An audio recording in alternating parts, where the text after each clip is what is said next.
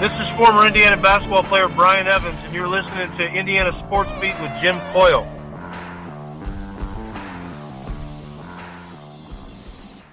Today's guest is brought to you by Reynolds Family Dentistry of Sellersburg. You need $1 million smile for those championship photos, and that's exactly what you'll get with Reynolds Family Dentistry.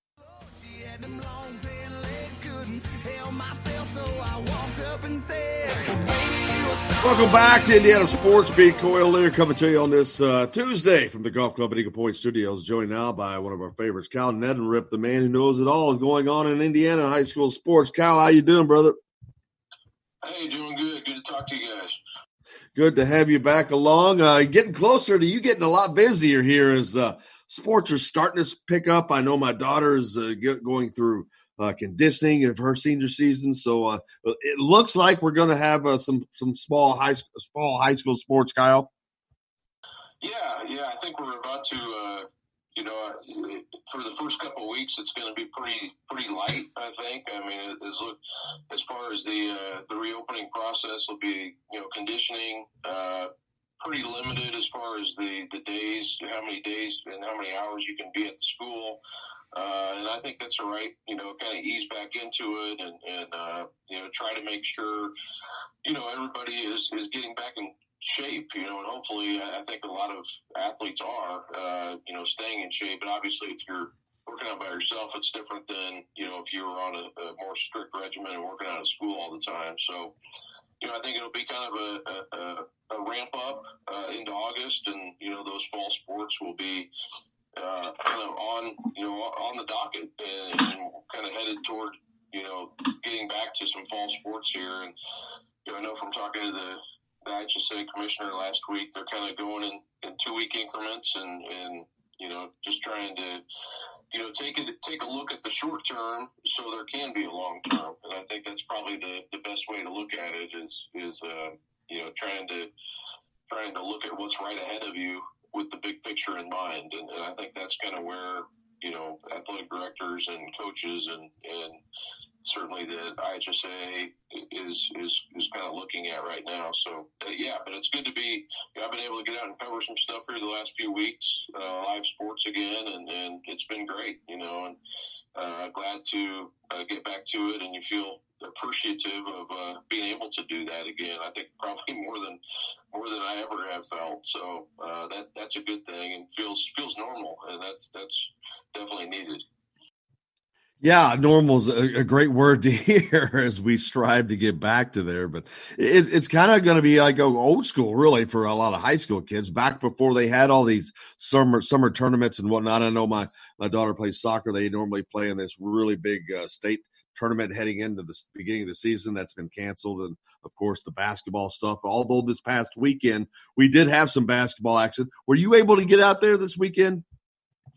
Yeah, so I was out at Grand Park on Saturday, and I wasn't there, I was there for probably, 6 or 7 hours. I wasn't there the whole day, but I was able to see, a few games, and I know there was more out at Best Choice Fieldhouse, and they're kind of, it's kind of a different look, I guess. It's more of a local, in-state feel at some of these tournaments that have happened so far.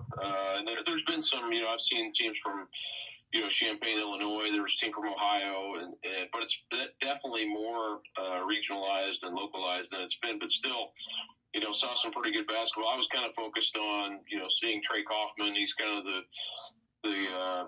kind of the big question right now as far as where he's going to go. So I watched him play twice and talked to him, and actually just the story came out this morning on our conversation a little bit on what he said. But yeah, it was good to get back out and see. And I was, having been at Grand Park a couple times now, they seem to have a good setup of, they don't have all courts going all the time, and you're able to kind of spread out there and socially distance as much as you can. But, honestly, it's also, I'm out at, my youngest son started playing baseball again, and I think when you're outside, it probably feels different, and it feels a lot more, once you start doing it, it feels more normal. But yeah, it's different. It's interesting to look at how, people are approaching it, and, and I don't, you don't want to tell anybody what they should be doing or shouldn't be doing, but it's just, it's interesting, and I hope people are taking precautions and being safe and everything. And I think most people are, but I just hope, again, that we do the right thing so we can have sports in November and not have to kind of revert back to what we were doing. But yeah, it was good. I was super impressed with Trey Coffin, by the way. I thought he looked really good for, just kind of getting back to it, and being able to see that Indiana League team play was fun. Yeah, Todd was out there. Todd, you saw those guys play as well. I did. The first game that Trey Kaufman and Logan Duncombe played, I got to see all of that one, and I was super impressed. That's the first time I've watched a full game of Trey Kaufman, and I was impressed with his size and physicalness. I thought he had gained a little bit of weight, which is a good thing. I was crazily impressed with Logan Duncombe. I had seen him play on his high school team, but not in an AAU setting, and he was easily, including Trey Kaufman, he was easily the best rebounder on the floor, which was nice to see. Overall, it's just both of those guys playing together. I think the thing that I came away with the most, and we talked to Logan Duncombe and Trey Kaufman about this on our show, several months ago, but I mean, those guys are good teammates. Like, they play together. I know at one point I saw this was when I became a super big Trey Kaufman fan. Was, he came down, he got an offensive foul called against him that was kind of questionable. I mean, it was kind of him being bigger than the other guy, and I think the referee kind of saw the tail end of something, and they called an offensive foul. He didn't argue, he didn't complain, he ran down the court, he told his teammates, he raised his hand, he said, "My bad, guys," and the official came down and ran right by him, and Trey Kaufman said, "My bad, that won't happen again." And I was just like, this is a mature kid, way beyond what I'm used to seeing at that age. And that, to me, told me what a great teammate he would be to play with. And I obviously certainly hope he chooses IU, but whatever school he goes to is getting a good kid there. That's really great insight, Todd. And I look for stuff like that too when I'm watching games, and it kind of showed me. I can't remember if it was the second game or first game on Saturday, but he went diving for a loose ball there on the baseline, and slid about 5-10 feet on the floor. It looked like over the baseline, and it's like, man, this kid really wants to. I mean, you don't have to. College coaches aren't there in person. You're not trying to impress anybody necessarily, and it wasn't a false hustle type play. He just out there just playing, and that was super fun to see. I actually asked him about that after the game, and he said, "Well, it's two things. It's I want to get back in game shape and go hard all the time, and the other thing is that that's how it's just fun being back out there." And he said he kind of just being back out there brought the joy back of playing basketball in an actual game again. And so I think there's that part of it too. But I think he's just kind of wired that way, and he's a little bit when you talk to him, and I was able to go down during the season this year to Silver Creek and sit down with him one-on-one, and we had a long conversation. He's very introspective type of a kid. He's super smart, number one in his class academically. Just really, if you don't, you kind of have to ask questions the right way, or he'll kind of, he very much internalizes the questions, and he's great at answering them, and he's really interesting to talk to, but he's just a little different when you interview him in a good way. And I thought I agree with you, Todd. He was super physical. I thought he made the other team foul him basically to stop him. I think he shot, I counted 23 free throws, I think, between the two games, which for an AAU setting, that's a ton. Yeah, it is. That was impressive to me. I thought he didn't shoot the three great, but he looked good shooting him, if that makes any sense. His shot looks good. And I agree with you on Duncombe too. I think he's a guy who kind of knows what he can do, and I think he adds something different than Kaufman as far as their games go. And I thought they're good teammates together, and they played well together. And I think Trey I think naturally he's easy to play with. He's not a black hole on offense, but he can also get a rebound and push it out himself, and he runs the floor really well. So I thought physically, I didn't know how he would look, physically after being off for a while, but I thought he looked top notch. I thought he you can tell he's been putting the work in and working on his body and working on his game. That to me was the most impressed I've seen him based on all the circumstances of being off for a long time. And then, of course, we got football coming up this summer as well, as you cover all of high school sports. But a lot of great teams that are preparing, hopefully preparing for this upcoming season. It looks like that's going to be going well. Who are some of the teams you're expecting to really be popping this year? Well, I think number one around here will be Center Grove. Well, not even around here, but I think probably all over the state. I think Center Grove is probably the team that, and even the end of last year, you could see that. I mean, they played really well. The state championship game against Carmel with probably a team that was a little bit, off the radar, I would say, or especially early in the season. But they bring back Taven Jackson, a quarterback who Trace Jackson Davis's younger brother, who's a dual sport athlete, good basketball player.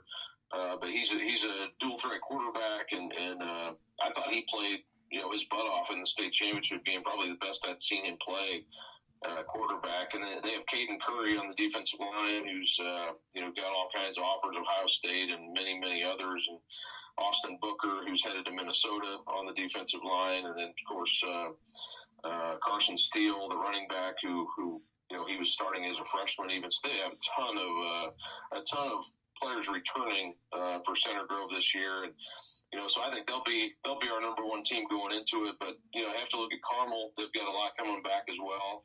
It's kind of interesting this year that Carmel will go to the south side of the 6A bracket, and it's because the Elkhart schools are consolidating, kind of caused a domino effect on what happened on the 6A bracket. Those two 5A schools became one 6A school, which bumped Carmel down to Brownsburg Avon sectional this year, which will be a little bit different, kind of a interesting storyline to follow, but also kind of opens things up on the north side of the bracket. So it'll be some of the same. I think in football a lot of times it's a lot of the same teams you're looking at. It just kind of changes year to year who the favorite is. I think this year's Center Grove. I think Brownsburg also has a chance to be really good. A lot of players returning for Brownsburg. Just a matter of can they get through Carmel and Avon in that sectional, which they have had trouble doing in the past. And last year they beat Avon and then were upset by Zionsville in the sectional. So, but there's a lot of good teams. There's a lot of teams that have key players returning. At skill positions especially, so that'll make it fun. But I say definitely Center Grove will go in as our top team in 6A. How special of an athlete is Taven Jackson? I mean, this kid is he's phenomenal. Yeah, I mean, he showed in the state championship game he's got a great arm, and I think for a younger quarterback, and he was a sophomore, starting in the MIC, which is rare at quarterback. And I thought there was times last year he kind of, I don't think maybe trusted his athleticism or trusted himself maybe quite enough. And it's hard. I mean, you're playing against teams that are really, really good. But definitely by the end of the year, he was much better. I thought that the championship game against Carmel, like I said, it was his best performance. And it kind of left you thinking to next year already, like, man, this guy is going to be, once he puts it all together, he's got a chance to be really, really special as a quarterback. And I can't wait to see him play, that first game this year against Warren Central and kind of see what he looks like. But yeah, really, you don't have to say, we obviously know how good Trace Jackson Davis, what kind of athlete he is. And, his brother's got a lot of those same attributes and Trace, I know, is his biggest fan. He's at a lot of those football games on Friday nights. So it'll be fun to see where he takes it. And, I know he's still playing basketball this summer too and doing that. But I can't wait to see him on the football field. He's a really, he's a good quarterback, not just a good athlete playing quarterback. He throws the ball really well, can put it on the money and throw it a long way. And, it'll be interesting to see what kind of season he puts together this year. It absolutely will. I'm just looking forward to seeing any season by anybody. I'm looking forward to seeing all of it put together. What's the next move on you for high schools? You think of really going full force football? Do you think we're going to have fans in the stands for high school sports?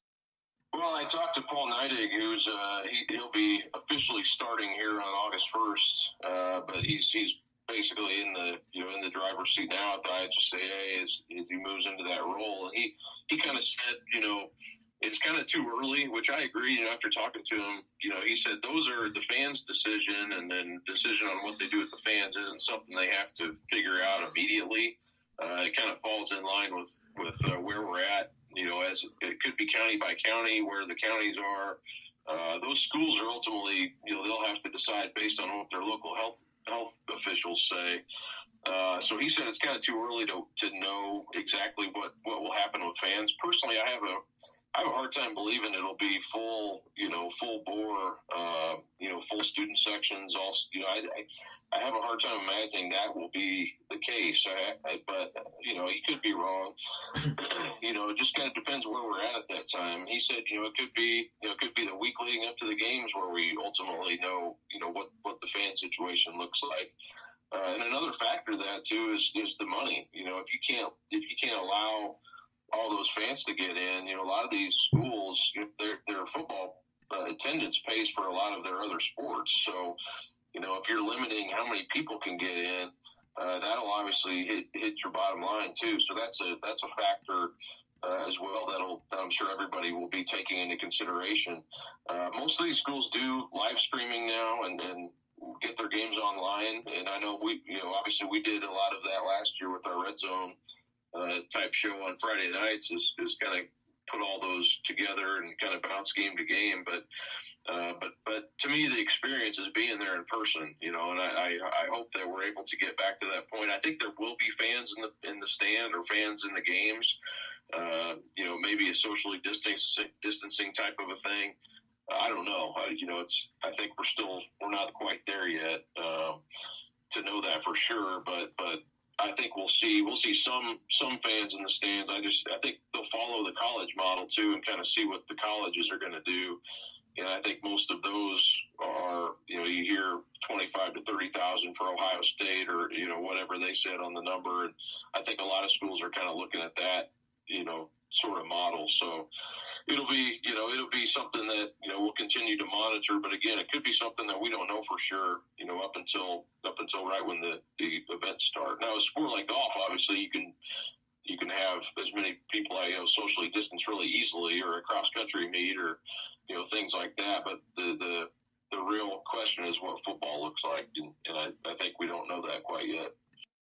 I agree. I know we'll continue to head in that direction. Looking forward to it. Make sure you follow Kyle on Twitter, but especially at the IndyStar. If you're not a subscriber like me, you should be to get great journalism content that's out there right now. Kyle, I can't thank you enough for joining us, brother. We always appreciate you. Yeah, enjoy the conversation, guys, and take care.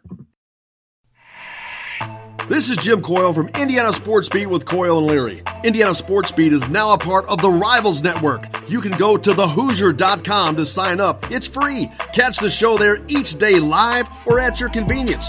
You can also like or follow us on Facebook. Follow the show's rebroadcast anywhere you podcast. If we're not on a radio station where you live, we should be. Let your local station know they need to carry Indiana Sports Beat with Coyle and Leary, or simply go to thehoosier.com.